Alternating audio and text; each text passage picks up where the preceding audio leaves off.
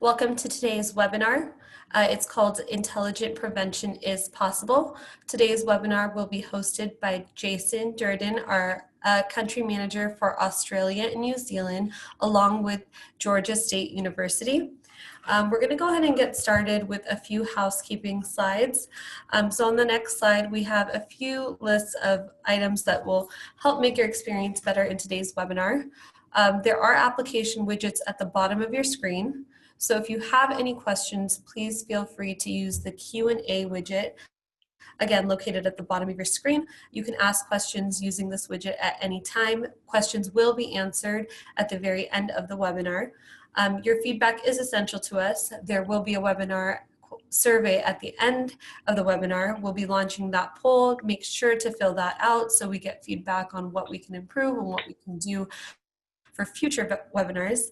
And if for any reason you're unable to stay for the duration of the entire program, just know that the recording and presentation will be sent to you via email within the next few days. Again, for colleagues that may not be able to join, this is a great option to watch the webinar at their leisure. And if at any point you need any help, feel free to contact us at webinars@cylance.com. And with that, I will be passing this along to Jason to start today's webinar. Thanks, Shamela. Welcome, everybody.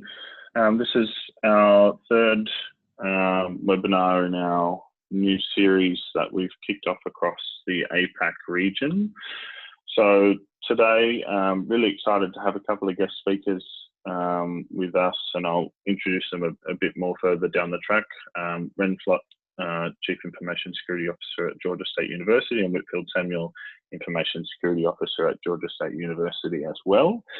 So we'll get into to that part of the session in a few minutes here, but I did want to spend just the first 5 to 10 minutes just reintroducing Cylance. Some of the people on the webinar may not have heard of us before, so it's a good chance to get to know the technology and the platform a little better, and then of course hear from a customer around their experiences.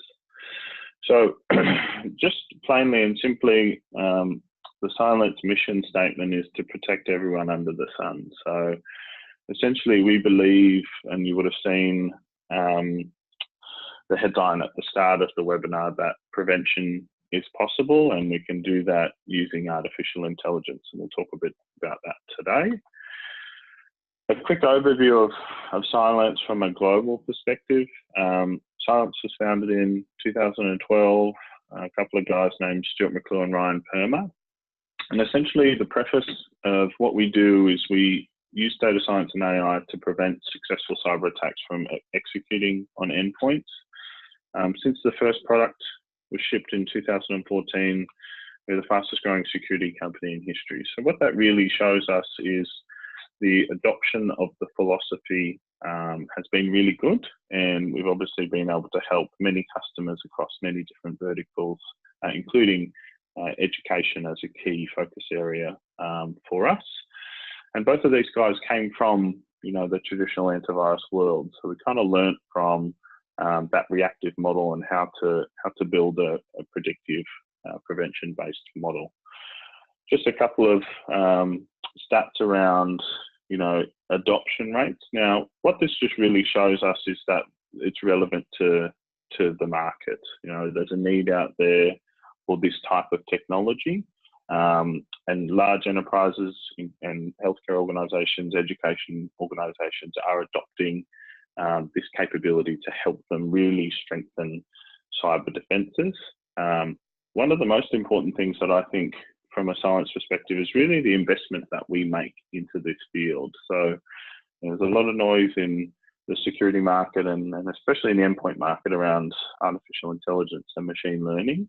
It's really key to understand the investments into that. So Cylance is the world's 9th largest employer from an investment perspective into data science. There's no other security company in the top 100. And this is a Forbes list recently. So it just shows that we are committed to the cause and what we're building. And we do believe that AI is the future, not a feature of a product. And the last piece there, Cylance is certified to replace the traditional AV. So it can be both. You can have it as an augment or a replacement, but the majority of our customers do replace the antivirus with the solution.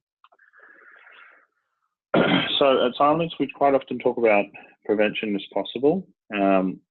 Essentially, we believe this across multiple facets of the business. So for us, it becomes really a core belief or a philosophical belief that preventing a cyber attack or data breach or data leakage is possible by having the right people, process and technology associated to that. So we quite often engage with customers, not just from a technology and endpoint perspective, but also from governance, process, operations, IoT, embedded systems, legal, breach disclosure, reporting, multiple facets of things that we might need to engage with our customers on.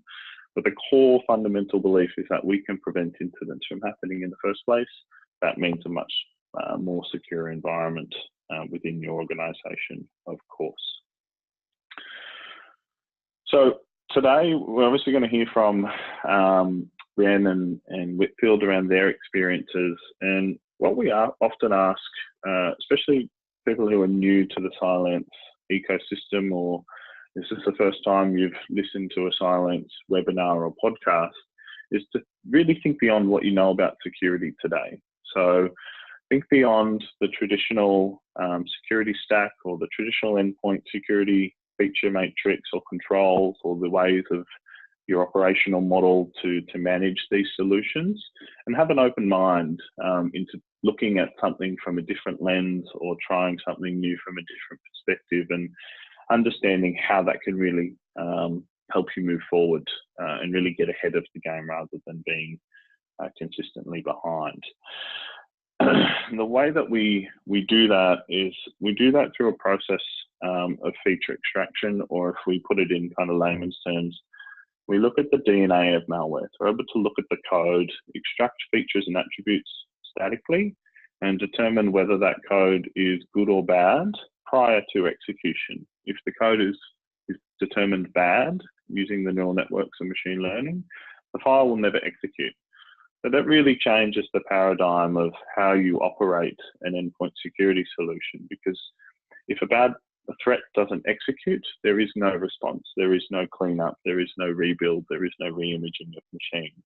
So it really changes not just the security posture of an organization, but the efficiency and the operational overhead that may be associated with, heavily reliant detection and response or signature-based technology solutions. So just to give you a quick picture on the core philosophy of how the technology works. And the components of that really sit within the Cylance prevention platform. And this is the last slide I'm going to talk to from a technology perspective, and then I'm going to introduce our guests. The three kind of components that make up the full scope platform. Now, you might not need all three, but these are the three components that make up the full prevention platform. You've got Cylance Protect, which is AI threat prevention. That's the EPP or endpoint protection platform portion. That's the traditional antivirus replacement solution. And that's where we do pre-execution prevention. So much so effective, it's over 99.7% effective against known and unknown threats. Also, it runs on a predictive analysis process. So last year, there was obviously some major campaigns with WannaCry and NotPetya and Petya and Locky, major global incidents of ransomware and malware attacks. And not only did the current models from Cylance protect against these threats, but we were able to go back in time, sometimes more than 2 years, and we're still able to prevent the execution of these attacks. So if you installed Cylance in September, October of 2015, and you never updated the solution and it wasn't connected to the internet, you would not have been impacted by WannaCry. It would not have executed on that system. And that's really revolutionary. It just changes the game completely when we're thinking about how do we stop these bad things from happening. The second portion is Cylance Optics, which is our AI incident prevention or endpoint detection and response solution. So this allows you to do advanced analytics, hunting, querying, forensics, collection, triage, isolation, containment, a whole raft of things from a SOC perspective that may be interesting, when you're running incident management or incident handling. So that's the portion that plugs into the technology platform. And then the third piece really depends on the structure of your organization. So many organizations implement and operate Cylance internally because it's very simple and easy to use. But we also do have an ecosystem of global partners who assist with managed services. And we also have some internal services capability that we offer out to our customers as well. So these kind of fit the three components of the platform. Three kind of key takeaways there. We do leverage AI and machine learning. Everything that we build is based on that philosophy. So we don't use signatures, don't use heuristics, no sandboxing, not behaviors. It's all prevention-based ML. We don't have constant updates as well. So as I said, being able to stop WannaCry 2 years before it existed means that we have, on average, 25 to 33 months predictive advantage over threats. And we do have some testing from SC Labs to support that as well, and we can share that with you guys if you'd like. But our machine learning models are updated every 6 to 8 months, right? So we do have, some software updates in the middle with, additional features or compatibility with operating systems, but the core function of protecting against threats is updated every roughly 6 to 8 months. So 1 to twice a year. Instead of it being every single day with a DAT file, that obviously changes your management models from that perspective. And where it says no cloud or new hardware, what that means is we don't depend on the cloud for detection capabilities. So all of our protection is local to the endpoint. So we're not constantly streaming data to the cloud, which means that if you're online and offline, you get the same level of protection, but also from a privacy perspective, you don't necessarily want to be shipping documents and applications and credentials up to somebody else's cloud infrastructure. So we don't have those dependencies. So both from a research, development, government, finance, anyone who's holding sensitive data, universities a lot in research and development, it's a really purpose fit for that, where we don't have the dependency of sending any information up to the cloud. What we do in the cloud is the management interface. So it's hosted in Amazon, AWS, and essentially it's your management UI for policy, reporting, things like that. So we just report on what gets blocked on the endpoint, but we don't actually have to upload the files to do any of the detection. But that also means no hardware is required. Now, we do have flexible deployment options. We have cloud only. We have a hybrid solution where you can implement an intelligent proxy in the middle, which allows you to service air-gapped networks who you don't want to have direct connectivity to the internet, but you're okay with them using a cloud service via a secured proxy. And then we also have a dedicated on-premise solution as well for those defense type classified networks and things like that. So that's our platform. At the end of today's call, we will have a Q&A section. So there is a Q&A widget at the bottom of your screen. If you do have questions, feel free to ask them at any time, and we will address them at the end of today's call as much as we can. So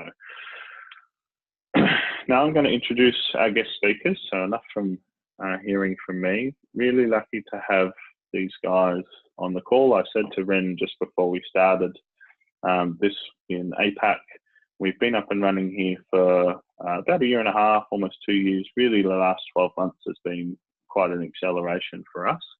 And servicing, countries in Australia, New Zealand, Singapore, Philippines, Malaysia, Korea, the guys up in Japan as well. And really, this is the first time we've had an international customer speak to us about their experiences. We do have obviously some large customers across the Asia Pacific region, specifically in education. The University of Melbourne is one of our large education customers down here. So it's really good to have, Ren and Whitfield come on and share their experience and how they found the Cylance solution and what were some of the reasons that they decided to, instill their trust in us to protect their environment. So Ren and Whitfield, I'll let you guys introduce yourselves, give the audience a bit of background on your role, where you've come from, if you've got any cool hobbies that you might want to share, and then we can, jump into a bit of a discussion around, your involvement with Cylance to date. So Whitfield, I might start with you. Yes. Good evening, everyone. Or I guess it would be morning where you are. I'm Ren, and I'm the Chief Information Security Officer at Georgia State University, as introduced. And just here, we were asked if we would want to come on and share our journey, so to speak, with Cylance, with the solution, and sort of where we are with it and how we feel about it. A little bit about me. I've been working in, the IT industry more than 30 years. Began my career long ago as a crypto technician in the Air Force, in the United States Air Force. So I've been doing information security for a very long time. I've been focused pretty much on security in the modern space, the client server realm, if you will, for about the last 15 years solid, and have worked across the spectrum of dealing with security issues in IT environment, information security, and now we refer to as cybersecurity. In terms of me personally, I'm a family man. Love living here in Atlanta, Georgia, originally from Los Angeles, California. So I'm a Southern California boy originally, but moved to Atlanta, moved the family here about 25 years ago, coming up on 25 years now. And I've got 2 daughters and a lovely wife, and I'm a drummer, and I play in a rock band that plays rock music, soul music, funk music, R&B, and I also play in a jazz band, and I sing. So that's a little bit of background about me. Whitfield, go ahead and introduce yourself. Good afternoon or good morning, everyone. I'm Whitfield Samuel. I'm the Information Security Officer here at Georgia State University. My background is fairly similar. Started out in the Air Force as a cyber warrior. Worked in both networks, crypto, and operations, command and control. Moved on into the systems integration space and deploying in the last 10 years of that IoT, and recently moved over to Georgia State University to take on the ISO role, primarily managing SecOps and the day-to-day tactical strategic initiatives. Live here in Atlanta as well. Grew up in the Northeast, but call the South home because of military service, and do a lot of the same things. Have a family, and we're stay very involved. My hobby these days is actually defending the network. So with that, we go ahead and get started with our journey. Ren, you want to talk a little bit about that? Yeah, absolutely. So going back a few years, we realized quite some time ago that the traditional approach to securing the endpoints was not effective and was not working for us. I'd say going back maybe like 2013, 2014, I started really looking at what was coming on the horizon in terms of what was being talked about in the next generation space for endpoint security, and was really, going to take my time and try to see, what was on the horizon, and then what might be something that we could look at moving to that would increase the effectiveness of actually, preventing or protecting the endpoints from being infected with malware. and I was also interested in, partnering with a strategic partner, a company that I knew that, had the foresight and the outlook to look to that next generation sort of model or that approach. And this is before, we were even hearing about AI and that sort of thing at the time. But, definitely was interested in moving away from the sort of the traditional approaches. So, we were spending a lot of money. We weren't being effective. We're getting malware, events, incidents consistently every day. And, the idea was like, what can we do to sort of move away from that and maybe even, save some money at the same time? We moved to a different solution. We were using one of the very well-known large vendors. We moved to another large-known vendor of Russian origin that you may be familiar with. And that was more effective actually in terms of actually stopping malware and finding the malware that was in the environment. But it still wasn't good enough, and we were still getting a lot of infections and having a lot of issues. Then in around June, I believe, of last year, so a little bit over a year ago, that particular Russian company that is a very well-known company in that space was also doing business with the U.S. government at that time on a large scale across different U.S. government agencies, and I believe even involved in the military to some extent. And the U.S. government decided that they were going to discontinue doing business and actually ban the solution. So we had to move away from that, and we wanted to do it very quickly and effectively. By that time, we had done our research and we're already looking at Cylance as a solution, and decided to, along with a couple others, go down the road of taking a closer look at them, bringing them in, and seeing, what they could do for us. At this time, yeah, the whole AI thing was like the new next best thing. We were moving in the direction of, learning more about how AI was being used in this space, and how the machine learning part was a component of that.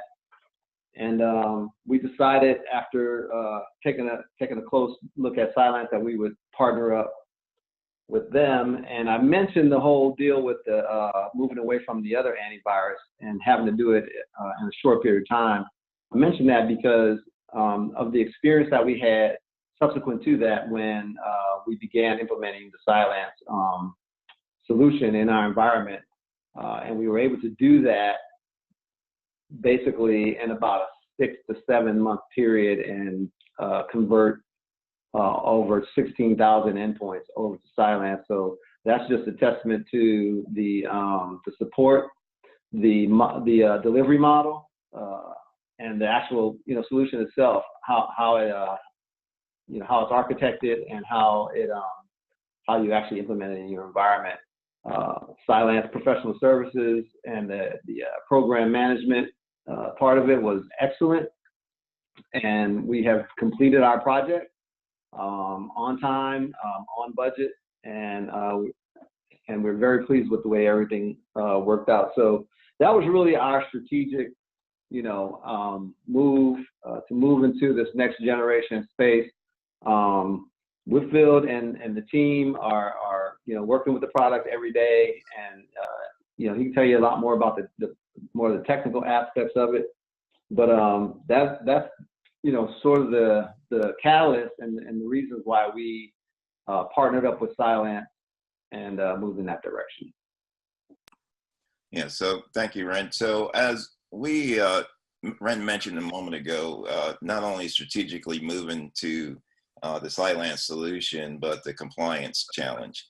We are in a distributed IT environment, which means we have 11 separate institutions or colleges or departments that have a IT So people, process, and technology really play into our strategy of deploying the solution in an effective and timely manner. As Ren mentioned earlier there, some of the use cases that you see before you are all pertinent in our environment. We have anywhere from 51 to 57,000 enrolled in our semester, as well as we are an one with a pretty healthy portfolio. So we are a data rich and a highly sought after target. So we look for effective solutions such as Cylance that we've deployed. It allows our team to remain agile and to counter other threats that may happen in the environment. The people is very important, not only for the members of the team, our team, and the university team deploying, but Cylance as a partner in the deployment. We've had multiple instances where we've had to call on various members to assist our team, and regardless of the time or day or part of the week, they have been very responsive. And so we highly recommend that as you move into this, you have a partner that you can depend on, rely on. As far as processes, as a distributed environment, is very important that as we transition from one AV to the other, especially with one that was not signature-based, we could effectively deploy and bring our defenses up to par immediately after deployment. And then, of course, the technology itself. There, we have lots of confidence in the technology, where we're again able to direct other areas to the university in defense of that.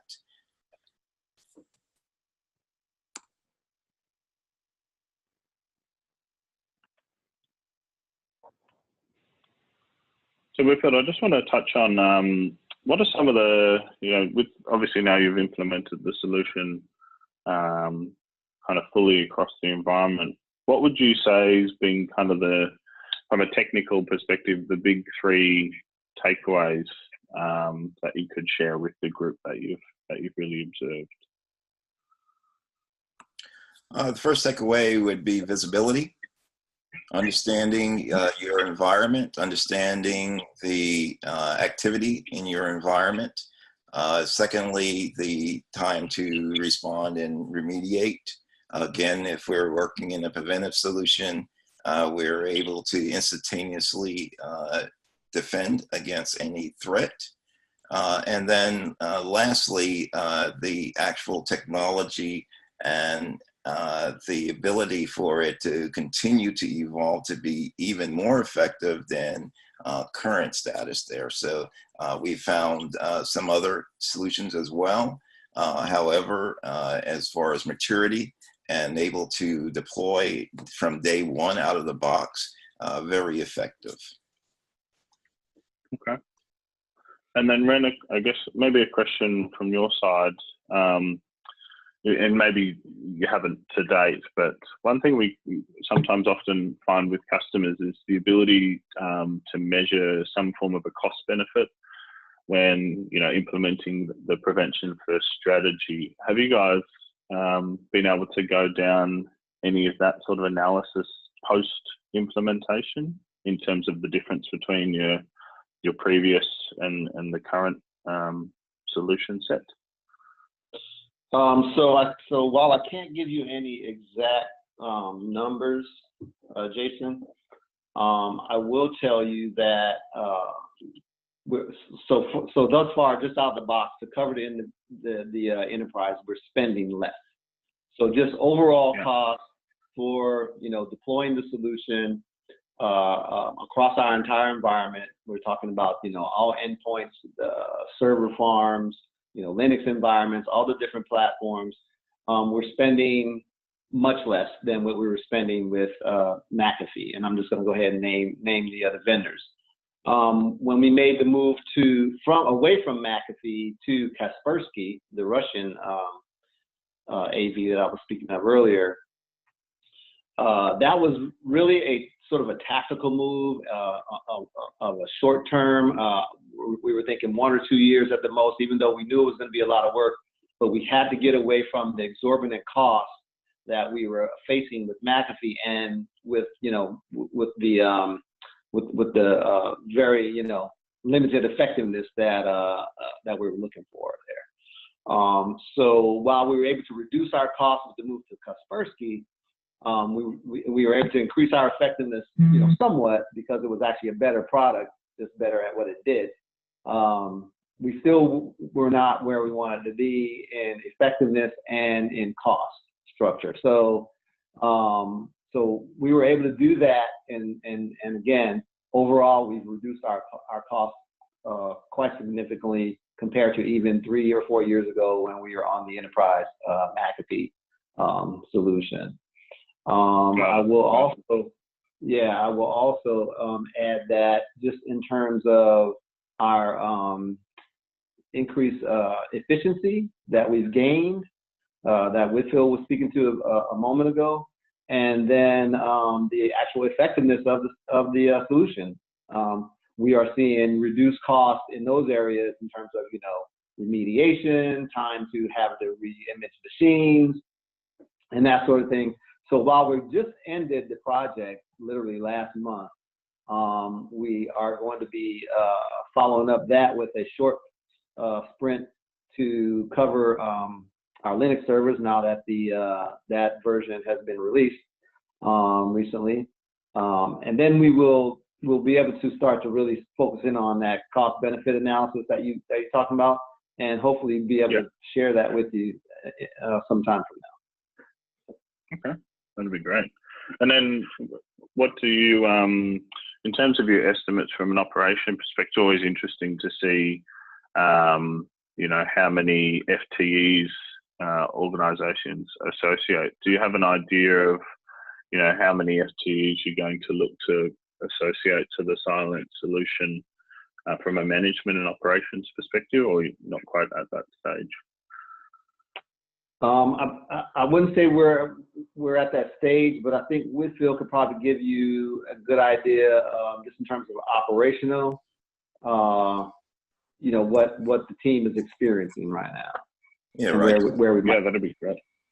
Traditionally, higher ed we find is typically understaffed in the cyber area, and we're no different based on our peering institutions. So the effectiveness of the product and the solution has to be where we are able to move through an agile moment to better serve our enterprise. So in other words, if we're currently undermanned, that added benefit of a technical solution such as Cylance has been able to allow us to leverage our agile team to respond and remediate to not only just endpoint solutions, but to other parts of the network and the enterprise. Yeah. And then just to give the group a bit of a feel from a day-to-day perspective, could you get a bit of a view as to what you're experiencing, whether it is day-to-day or whether it's once a week or once a month? What are some of the activities that you do to operate the Cylance solution, whether it be, interaction with the platform or reporting, or what are some of the things that you guys find, whether it's a reduction or you've got additional things that you need to do? Yes. So again, we are a distributed environment. So we manage the environment from an enterprise perspective, the security team.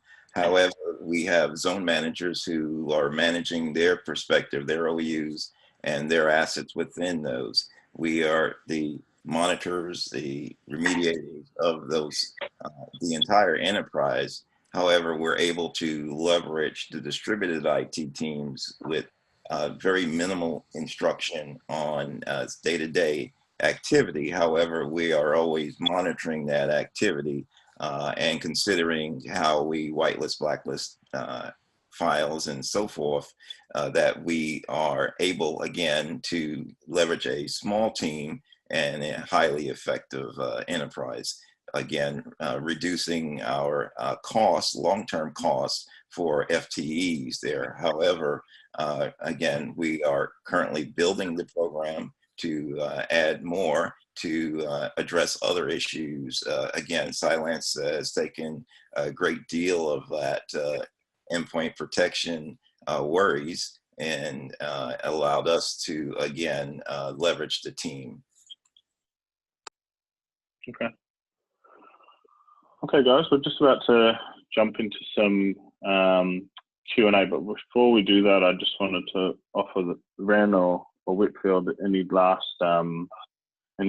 comments that you'd like to share before we've got a couple of questions that are coming through before we jump onto the questions. So Ren, anything else you'd like to share with the group? Yeah, I'd just like to say that, you know, I'm very, from my perspective and my role here at the university, I'm very, very pleased with the Cylance partnership.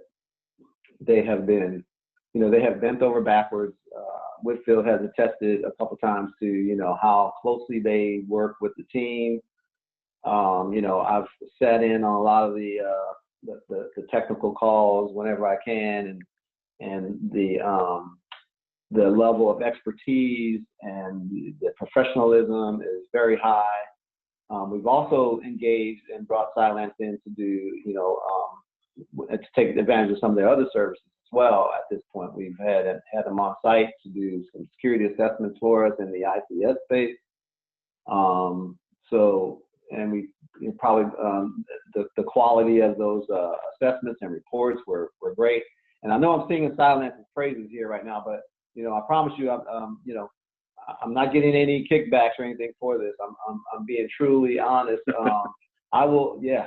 If you know me, you know I will be honest with you about when it comes to IT vendors, because I've been dealing with them for a very long time, as many of us have. And you know, there are good ones and there are not so good ones. So Cylance is a good one. I mean, it's really, they're really building a quality company with quality products.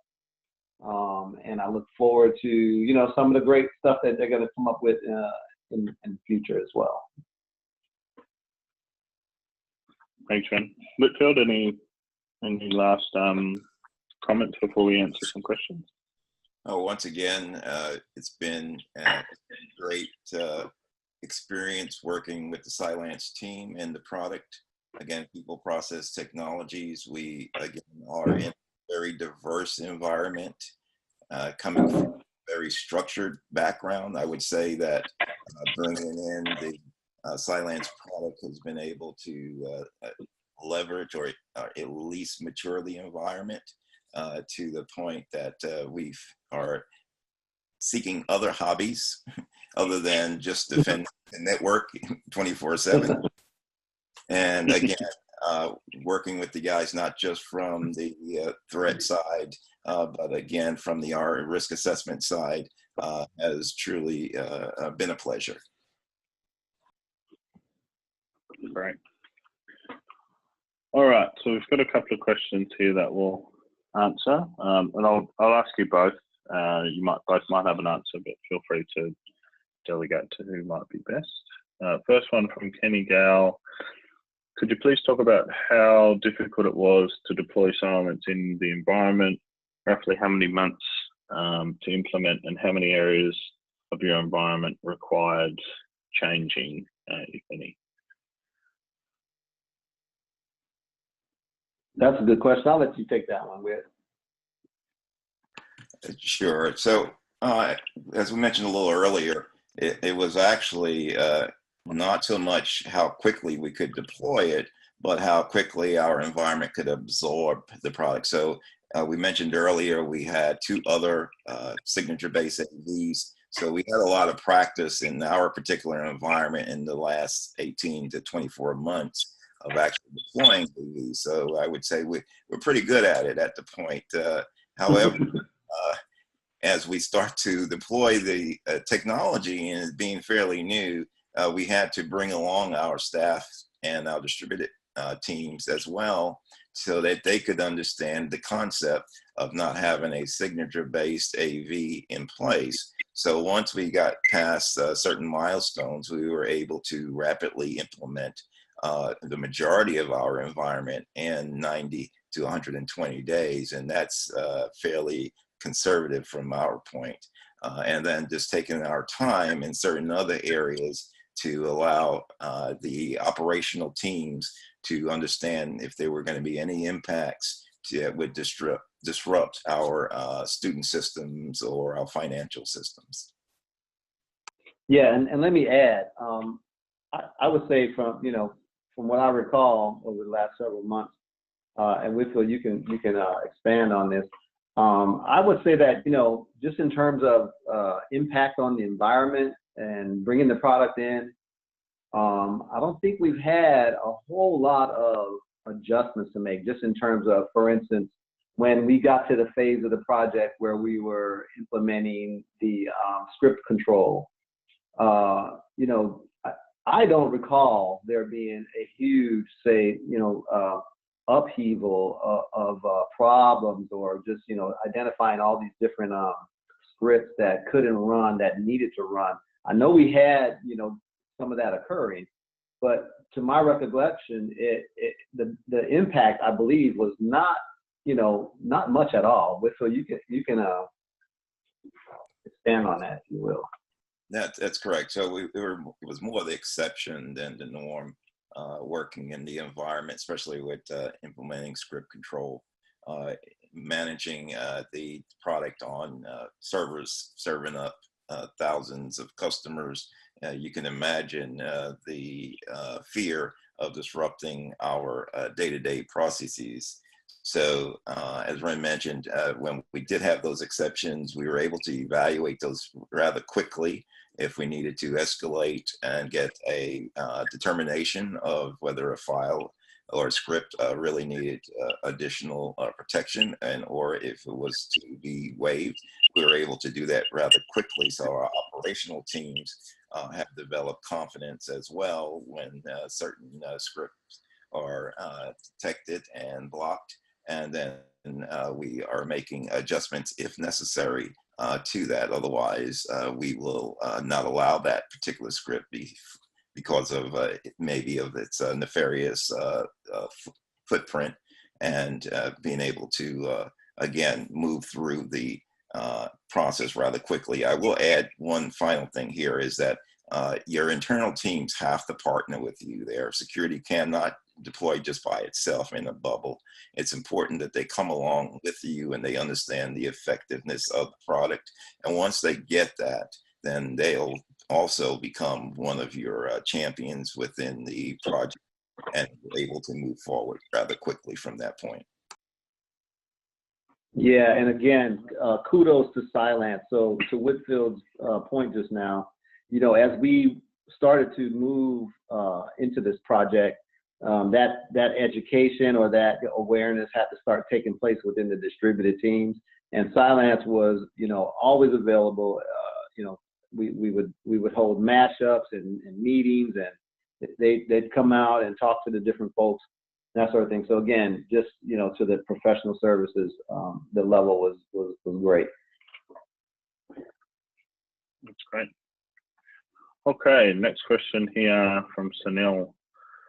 Has the university been able to detect/prevent any major, in brackets, threats since the use of Cylance that the AV technology previously may not have picked up?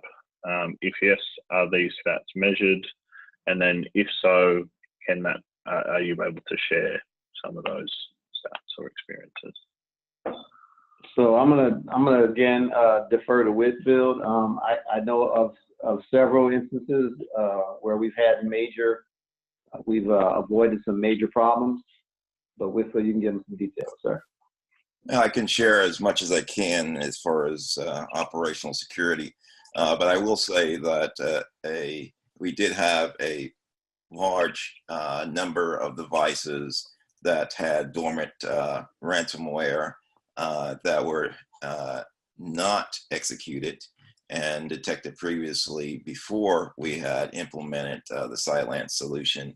And as we went into the full protect mode, we were able to basically prevent the execution and clean up any challenges that may have or may not have happened in that particular incident there. But we have day-to-day activity where simply a hash is changed and we are able to detect it with the product and able to then examine that particular file and explain to the user why we had quarantined the file, whereas in previous situations we were unable to do that without a lot of an analyst time involved, therefore reducing our remediation time or just the analytics of the event.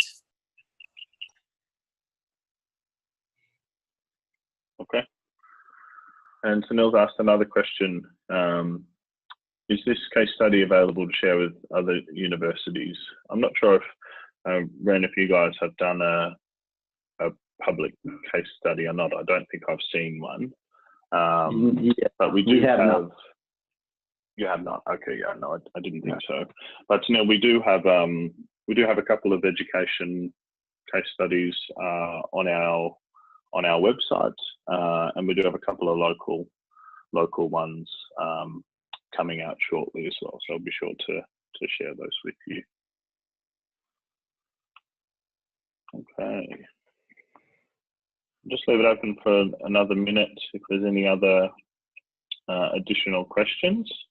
Whilst, if you're thinking of any questions, there is a end of webinar poll survey that should pop up on your screen. If you could just fill in the survey for us, it's just important for us to track, the interaction with the group. Really appreciate if you could fill that in as we complete here. I don't think there's any more questions.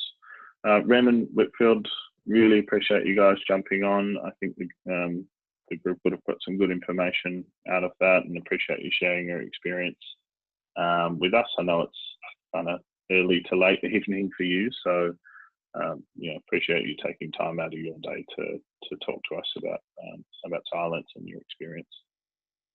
Absolutely, our pleasure. No worries. Okay, thank you everybody, and keep an eye out for our next webinar series. If any of you are attending QuestNet, which is the education conference in a couple of weeks, Cylance will be there, so feel free to pop in and say hello. Our next public webinar series will be in October, so do keep an eye out for the topic for that webinar. Thanks everybody, and enjoy the rest of your day.